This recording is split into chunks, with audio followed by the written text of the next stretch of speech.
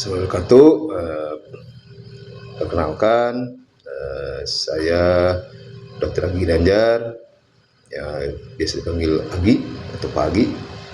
Ya, saya akan mengampu mata kuliah perkembangan kebutuhan dan hak asasi anak di SD dengan kode mata kuliah SPGK 4201. Setelah mempelajari mata kuliah ini, diharapkan Anda mahasiswa dapat menyebarkan wawasan tentang perkembangan kebutuhan dan hak anak di SD, perkembangan kebutuhan anak, hak-hak dan segala permasalahan hingga dapat menerapkan pada proses pembelajaran bimbingan anak di sekolah dasar. Mengingat materi yang disajikan pada buku ini tersusun berdasarkan kompetensi yang hierarki, maka saya meminta Anda untuk mempelajari materi di buku BMP tersebut ya secara berurutan, yang mana terdapat rambu-rambu urutan untuk pencapaian pembelajaran khusus dari setiap sesinya. Dan ini akan dalam tutorial ini nanti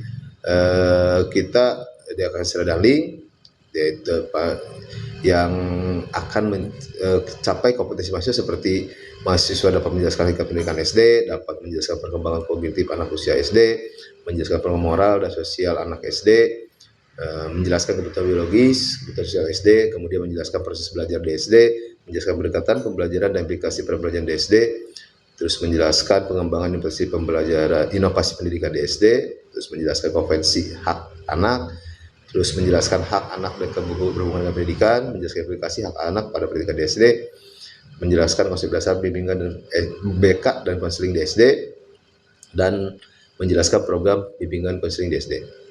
Pada tutorial ini ya ada 8, nanti ada juga materi pendukung yang berupa PowerPoint, video pembelajaran. Selanjutnya Anda mahasiswa saya harap aktif berpartisipasi pada sesuai dengan waktu yang telah ditentukan. Terus pada akhir nanti akan disediakan kuis yang diharapkan membantu Anda mahasiswa menganalisis kemampuan yang Anda peroleh setelah mempelajari mata kuliah ini dan setelah membaca BMP. Terus pada minggu ketiga, kelima, ketujuh Anda diharapkan mengunduh, mengerjakan dan mengumpulkan tugas ya secara online di tempat yang telah disediakan.